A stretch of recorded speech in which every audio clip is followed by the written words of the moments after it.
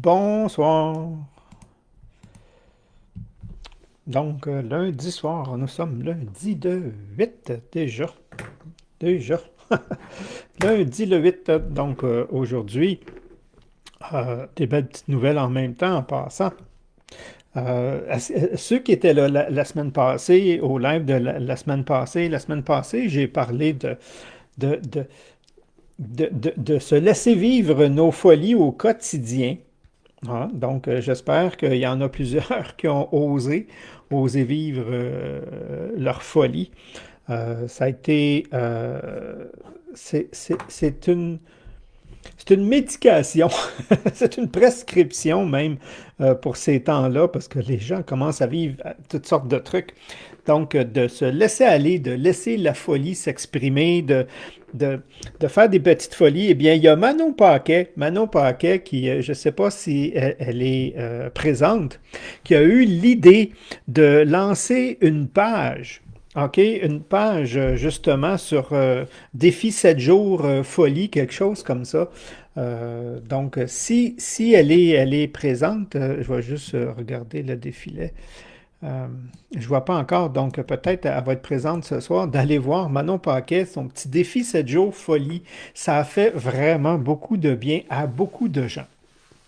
Donc, ça, c'est super le fun de voir que des fois, on a des idées, puis on travaille, comme on dit, les cerveaux collectifs commencent à travailler, puis elle, elle a fait quelque chose avec de super génial. Puis ça, c'est super le fun aussi, parce que je suis allé voir sur la page, et puis il y a vraiment des belles petites folies qui se sont installées. Que les gens ont vécu, ils postent, ils écrivent le folie du jour. Puis, comme je vous dis, je pense qu'en ce moment, c'est une des meilleures prescriptions qu'on peut donner à quelqu'un pour sortir un peu du contexte dans lequel on nous maintient. Donc, ça, c'était un peu pour en même temps la semaine passée. Donc, bonsoir les gens. Là, je viens de voir que là, les gens arrivent. Donc, bonsoir. Donc, c'est super, super plaisant de vous voir. Donc, j'espère que vous avez fait des petites folies, que vous avez osé être vous-même, puis, comme on dit, danser comme si personne ne te regardait, faire toutes sortes de trucs, là, tu sais, juste te laisser aller, justement, pour vivre, tout simplement. Manon, quelle bonne idée, oui. Euh, donc, je vais essayer de mettre le lien dessous de la page de Manon plus tard, parce qu'il faudrait que j'aille me promener pour aller la trouver. Mais si elle est présente, elle pourrait mettre le lien. Ça a été super bien. Le titre d'aujourd'hui, le titre d'aujourd'hui est vraiment en fonction de ce qu'on vit présentement, justement. Donc, il y a trop de gens encore, malheureusement, qui pensent que se fermer les yeux, jouer à l'autruche, faire comme si ça n'existait pas, tout va s'effacer. C'est vraiment pas le cas. OK, puis ce qu'on fuit souvent nous poursuit, tu sais, c'est des expressions. Il y en a qui disent nous suit ou nous poursuit. Euh, Puis c'est un fait. Tu as une problématique, tu dois y faire face dans la vie. Tu dois chasser le déni. C'est le déni qui nuit. Donc, beaucoup trop de gens jouent au déni. Ça nous dérange, on ne sait pas comment faire face. C'est un petit piège de l'ego qu'on vit, qu'on se fait vivre, malheureusement.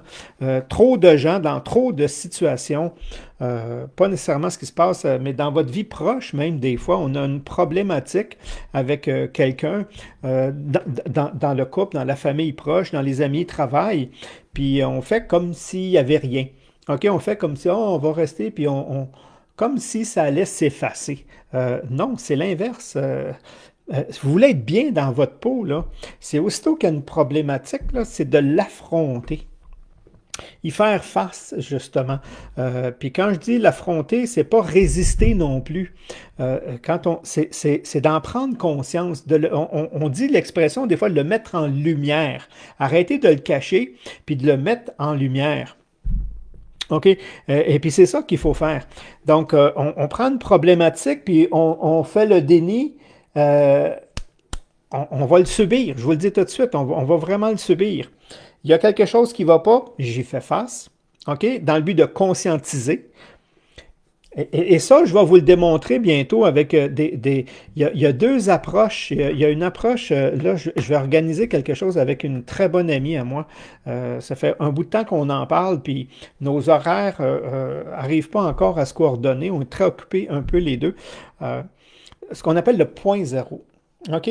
Le point zéro, l'approche du point zéro, c'est justement, c'est souvent, je le dis souvent, c'est je suis aussi con que je suis brillant. OK? Puis le point zéro, c'est justement, c'est ne pas jouer au déni de dire non, non, non, je suis pas con, je suis juste brillant. Ben, c'est pas brillant, ça, justement. Ça, c'est très con faire ça, justement. Puis c'est d'être capable de dire je porte autant ce côté-là que ce côté-là en moi. Et le point zéro, c'est que je suis libre. Et ça, c'est l'approche que j'ai mis au point qui s'appelle ange et démon. C'est un peu ça, ange et démon. Ça, c'est vraiment des grandes lignes, mais c'est une technique qu'on fait. Justement, donc, on a une problématique, on laisse parler les deux côtés en soi. Ça, c'est la façon que moi je l'ai développé. On laisse parler, on est comme un juge neutre, on laisse parler les deux côtés. Puis comme ça, on est vraiment libre après ça de dire, OK, c'est vrai que j'ai ça, c'est vrai que j'ai ça. Il y a une actrice qui avait monté une approche, elle était vraiment géniale. Là, j'ai pas amené le vidéo, j'aurais pu vous l'emmener. C'est pas, il n'y a pas beaucoup de documentation en français, mais en anglais, on parle beaucoup de shadow, l'ombre. OK? Il y a seulement Montmarquette, je pense, qui a écrit un livre en français sur l'ombre. C'est justement, ça reste dans l'ombre dans la francophonie. Ça, on ne fait pas face à cet aspect-là. Puis, et c'est vraiment ça qui permet de voir clair. On ne parle pas de jugement ici, là. On parle vraiment de. Puis pas de l'affronter non plus. Donc, on ne veut pas résister non plus, parce que si on résiste, ça persiste. Donc, fait qu'on met j'ai mis, oui, les trois ensemble. Donc, quand on résiste, je ne veux pas résister, je veux le mettre en lumière. Je veux voir clair que oui, il y a ça et oui, il y a ça. OK? Lequel a raison entre les deux? Les deux, selon leur point de vue, comme je vous dis, je suis aussi généreux que je peux être avare. OK? Pas dans la même situation, pas tout le temps. Mais si je nie un aspect, si je nie mon avarice, supposons que je me perçois comme généreux, je ne veux voir que mon côté généreux, ben le côté avarice, je vais le subir. Il va me hanter, il va m'empêcher de dormir, il va me faire de l'angoisse des fois. À toutes les fois que je vais juste penser à moi, je vais penser que c'est une forme d'avarice, je vais me persécuter moi-même. Je ne suis pas bien, là. Mais si je le dis, oui, des fois, là, des fois, c'est bien d'être avare, OK? Surtout quand j'ai quelqu'un en avant de moi qui abuse de moi, qui tire, qui demande, puis qui redonne jamais, puis « Ah non, moi, je suis généreux, moi, je donne, puis je compte pas, moi, c'est pas grave, puis je vais me faire avoir. » Donc, dans certaines situations, non, moi, je suis avare ici. Non, je donne pas, je garde pour moi. Pourquoi? Parce que là, ça ne donnera rien, puis c'est de l'abus de ton côté. Ah oui, mais si je peux pas, si je nie cet aspect-là de moi, je vais le subir. OK? Je vais subir cet aspect-là, puis après ça, je vais me plaindre. OK?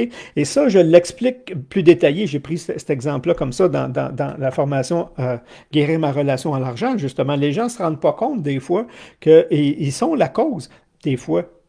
Hein? On s'entend-tu que c'est 99,99999, là, pour ne pas dire 100% des fois, c'est une forme de responsabilité. Puis justement, pas faire face à ce qui se présente à moi le plus vite possible, c'est de l'irresponsabilité.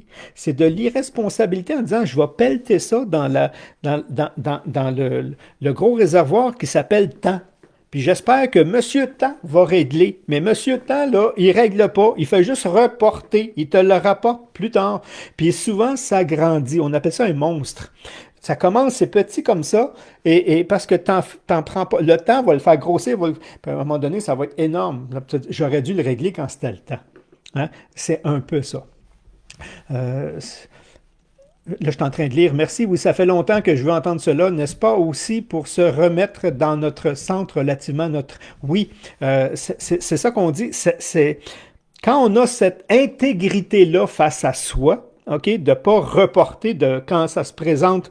Quand on dit on fait face, comme on dit, c'est pas on accuse. Si on fait face, c'est qu'on met en évidence les deux côtés. OK? Et puis, et là, on est bien outillé pour savoir si vraiment, quand l'utiliser, comment on le subit, puis, mais le régler le plus possible. Et pas le pelleter, justement, pas l'envoyer dans le temps ou faire comme si non, tout est beau. Non, c'est pas tout le temps beau. OK? Des fois, il faut faire des corrections, il faut faire des ajustements, faut, faut,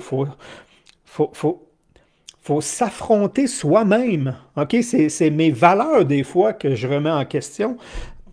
Mais ce que ça donne, c'est de la liberté. Ça prend de la responsabilité pour avoir de la liberté, pas de la sécurité. La sécurité nous fait perdre tout. OK? Il faut avoir de la responsabilité pour avoir la liberté. Le chemin de la liberté, je m'excuse, il s'appelle responsabilité. Puis responsabilité, c'est faire face à ce qui se présente au jour le jour, idéalement, si je veux dormir. OK? Sinon, on s'aperçoit que ben, je dors pas, j'ai de la difficulté, j'ai plein de trucs qui... Quoi? Tout ce que tu nies? Tout ce que tu remets au lendemain? Tout ce que tu veux pas affronter? Tout ce que tu veux... Ben, c'est ça, souvent. Le nombre de fois que je remets plus tard, et c'était pire après. C'est en plein ça. J'ai une belle histoire là-dessus que j'ai mis dans deux de mes livres. Un premier livre pour les parents, j'expliquais que justement, même avec un enfant, c'est là, il faut le régler là parce que ça devient un monstre, OK? Puis là, je vais vous raconter l'histoire, juste pour le fun. OK, je l'ai décrit comme ça. Un jour, c'est un enfant naïf, il se promène dans les bois, puis il découvre un œuf, là, mais il est gros comme ça, l'œuf. Là.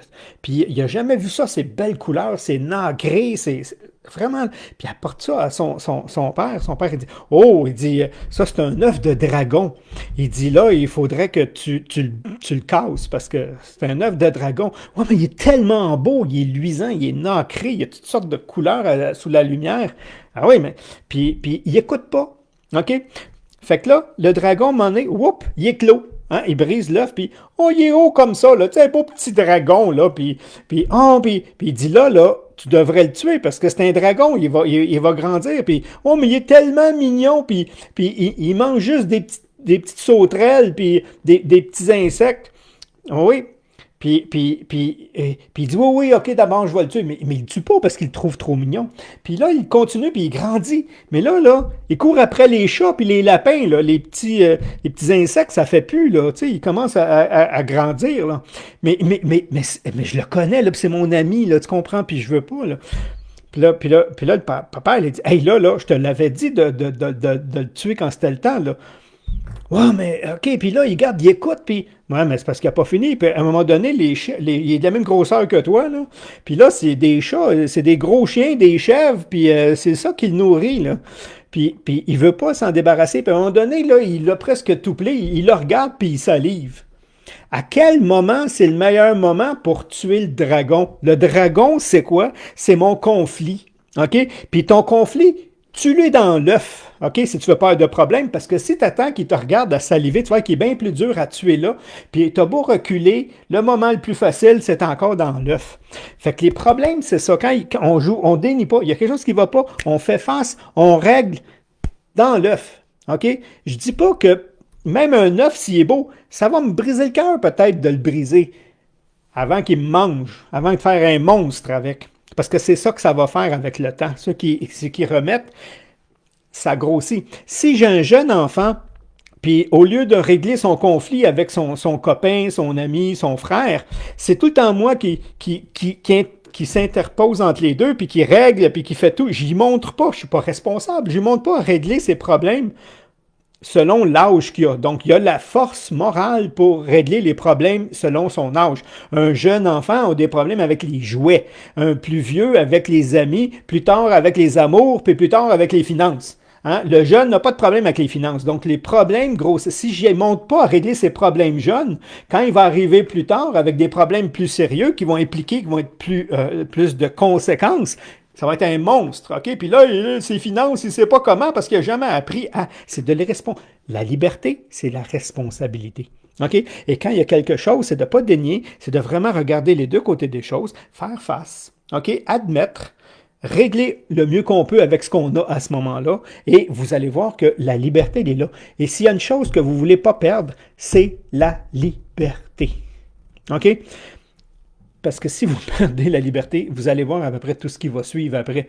Il ne reste plus grand-chose. Et c'est pour ça qu'on en a fait une statue. OK? Une statue de la liberté. Et j'ai déjà parlé de Dennis Waitley, qui est un psychiatre qui travaille d'une certaine façon. Puis lui, il dit, à New York, ils ont la Statue de la Liberté. Lui, il habite en Californie. Il dit à San Francisco, on devrait avoir la Statue de la responsabilité. Puis si on avait une Statue de la responsabilité, la liberté serait automatique. Mais comme on fait plus de l'irresponsabilité en faisant trop confiance des fois aux autres qui vont gérer pour nous, qui vont décider pour nous, qui vont, hein, mon mari va s'en occuper, puis j'y fais confiance. Il est proche, hein, tu as des chances, tu as intérêt à le connaître, OK? Mais tu as intérêt à donner ton point de vue quand même, sans l'imposer, juste voir. C'est un peu ça, être responsable, OK? Puis vous allez voir la liberté qui va s'installer. Euh, Là, je lisais en même temps, là, donc c'est un peu ça. C'est ça que je voulais amener un peu aujourd'hui, puis ça tombe bien. Les situations font en sorte que des fois, ça se coordonne. Le déni, à l'inverse, va vous rendre malade, anxieux, insomnie, puis avec tout ça, mettez du stress, de l'anxiété puis de l'insomnie dans le corps d'un individu, vous allez voir les problèmes de santé arriver. OK? Même s'il y a certains encore médecins qui nous disent non, il n'y a pas de lien entre les deux. Oui, et il est énorme en plus de ça parce que ça gère les hormones et quand ça gère les hormones, automatiquement, il y a des répercussions. Donc, votre corps ne peut pas se renouveler, se réparer, s'entretenir dans un état de stress constant. C'est impossible parce que ces hormones-là de réparation, les hormones de croissance et autres, n'embarquent pas en même temps. Donc, tu ne peux pas avoir les deux hormones présentes. Donc, ou tu es tendu, ou tu es stressé, où tu es relax, puis tu récupères, tu régénères, tu t'entretiens. Mais si tu ne t'entretiens pas, saute tous les entretiens de ton auto, puis tu vas voir que ça va te coûter beaucoup plus cher à l'autre bout. Le corps, c'est pas si long que ça. OK? Le corps va payer. Et ça fait partie de la responsabilité. Alors, le déni, c'est à mettre de côté. C'est pas facile. OK? Surtout quand et comme on a commencé à avoir des dinosaures qui ont notre grosseur ou des dragons, à un moment donné, le faire face, on a la chienne d'une certaine façon. On n'est pas, on se sent pas outillé. Allez-y, parce que tantôt, ça va être encore pire. OK? Donc, on tue dans l'œuf quand c'est possible. On le tue quand il est juvénile. On le tue avant qu'il soit adulte. Parce que là, c'est lui qui va vous menacer. Puis quand on dit c'est lui, ça veut dire que les problèmes que ça va engendrer, les efforts, les ressources que ça va vous demander pour faire face à quelque chose que vous avez laissé grossir, ça va être ça. Souvent, les gens vont nous dire, j'attends le bon moment pour y en parler. C'est maintenant le bon moment. Il n'y en a pas d'autre. OK? C'est maintenant, c'est là. Écoute, il faut que je te parle. N'importe qui, regarde, que ce soit mon enfant, que ce soit un proche, un conjoint, un employeur. Laissez pas les choses s'envenimer. Vous allez tout faire pour quitter l'emploi après ça parce que ça va être trop gros, vous ne pourrez plus faire face. C'est démesuré, puis on veut juste changer de place alors qu'on aurait pu corriger quelque chose. Ouais, mais il ne m'entendra pas. Je ne veux pas dire le solutionner nécessairement, mais au moins mets-le en évidence pour que tout le monde le sait. Et quand tout le monde le sait, majoritairement, OK? Majoritairement, les gens sont bienfaisants. OK? Ils ne veulent pas faire de la peine ou du tort juste par plaisir. OK? Je dis bien majoritairement, c'est pas tout le monde. Mais majoritairement, les gens, ils sont là pour en même temps. Ils veulent pas. OK? Fait que si moi, je suis conscient que je suis peut-être pas d'accord avec ton choix, mais je le sais que tu n'aimes pas ça, c'est sûr que je vais ajuster mes décisions pour ne pas nuire si c'est possible, parce que c'est dans la nature des gens. OK? Mais si tu n'en parles pas, si tu le gardes en dedans, si tu fais comme la majorité des couples, c'est-à-dire, il devrait le savoir, il me connaît. OK, ça, c'est la pire chose. Il devrait savoir ce que j'ai dans la tête, ce que je pense, ce que je ressens, puis qu'est-ce que j'ai fait? Tu le sais. Non, OK, pas nécessairement. Il faut être clair, il faut être précis, il faut parler de soi et pas accuser, mais ça, c'est des approches, et faire en sorte que, pouf. Donc, ça, c'est un petit peu ça. Je vais juste aller voir. Merci de réaliser oui, les croyances. C'est bon. Hélène, Hélène, non, ça c'est Renaud Bré. Apprivoiser son ombre, c'est ça, mon Marquette. Je pense que c'est le seul en français qui a écrit quelque chose. Mais en anglais, non seulement c'est bien développé, parce que c'est un sujet récurrent, mais il y a des ateliers même juste là-dessus pour faire comprendre. Puis dans ces ateliers-là, je vous raconte ça vite, je vous donnerai les références un autre tantôt parce que je n'ai pas le titre en français.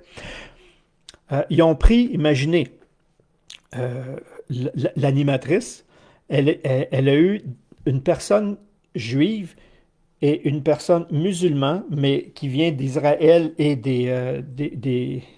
j'oublie le nom, là, juste à côté, Tel Aviv. Euh, en tout cas, vous savez que ça fait des générations et des générations que ces peuples-là, c'est pas moi, c'est toi, c'est pas moi, c'est toi, puis on coupe les territoires, puis on s'accuse, puis les deux ont perdu des gens dans ces guerres-là. Les deux, ces deux femmes, les deux ont perdu, puis il fait juste dire que c'est une juive, puis elle veut y arracher la tête, là, tu sais, tellement c'est fort. Puis l'atelier faisait en sorte que justement, non, on met en évidence, comme on dit, les deux côtés, on a ça, il y a ça, OK, cache-toi pas, t'as ton ombre. Puis elle s'est rendue compte que, exemple, que quand les autres lançaient une bombe, et de l'autre côté aussi, il y avait des enfants puis des femmes qui décédaient, qui n'avaient rien à voir, vice-versa, comme elles les non perdues. Puis juste de prendre conscience de ce que ça générait, de ce que ça faisait, et non pas juste de ce que j'ai souffert, mais de... C'est ça, mettre en lumière. Comme on dit, juste mettre en lumière les deux, ils se sont... Puis regarde, c'est fini, on n'en parle plus. On règle ça là. OK? L'humain est de nature bon. OK? L'humain... Puis ça, on l'a vu en psycho, on l'a vu en beaucoup de tests, même il y en a beaucoup qui circulent sur le net. L'enfant, déjà là, quand on dit le bien et le mal, il a déjà cette notion-là innée en lui. C'est l'éducation, c'est justement, si moi je ne peux pas faire face à mes problèmes, si moi je mens au lieu de régler, je fais semblant qu'il n'y en a pas et des trucs comme ça, c'est sûr que je suis le modèle que je donne, puis l'enfant peut juste refaire. Il peut juste recopier parce que c'est comme ça qu'il apprend. Hein? Il identifie, il fait une image dans son cerveau, puis il reproduit. Tu as beau lui dire ce que tu veux, c'est pas ce que tu dis, c'est ce que tu as fait qu'il va enregistrer en lui, puis il va le reproduire. Fait qu'on on voit en réalité, on donne l'exemple pour les générations futures, à moins qu'on les éveille et on les responsabilise. Hey, ça, on pourrait faire une belle juste là-dessus, tellement c'est fort. Fait que ça, c'était pour ce soir. Je finis cette semaine, justement, je finis les grandes lignes de ma formation pour la mettre en ligne accessible à tout, qui s'appelle Angers Démon, qui s'appelle justement trouver ce centre-là où tu es bien, mais pas nier ça, mais en prendre conscience. Il y a ça, mais moi, je reste en équilibre entre les deux. Donc, puis ceux qui ont goûté le savent. À la formation est utile à beaucoup de choses. Et je vais essayer, quand je dis je vais essayer, parce que c'est une question d'horaire, ça fait déjà 2 semaines qu'on essaie une des spécialistes du point zéro au Québec, avec qui je vais vous montrer justement tout l'impact que ça peut avoir dans la vie de quelqu'un de se retrouver sur ce point zéro-là. Eux l'appellent comme ça. Puis tous les bénéfices que ça peut apporter, c'est génial. Donc, je vais juste lire vite, vite, vite. Aujourd'hui, j'ai parlé avec mon employeur. Super génial. Puis, c'est juste de mettre des faits et non pas des accusations, parce qu'on est là, comme on dit, pour mettre des faits en lumière, puis après ça, regarder comment ça peut s'arranger, quand ça peut s'arranger. Mais déjà là, c'est fait. J'essaie de voir le pire de chaque situation qui me fait peur.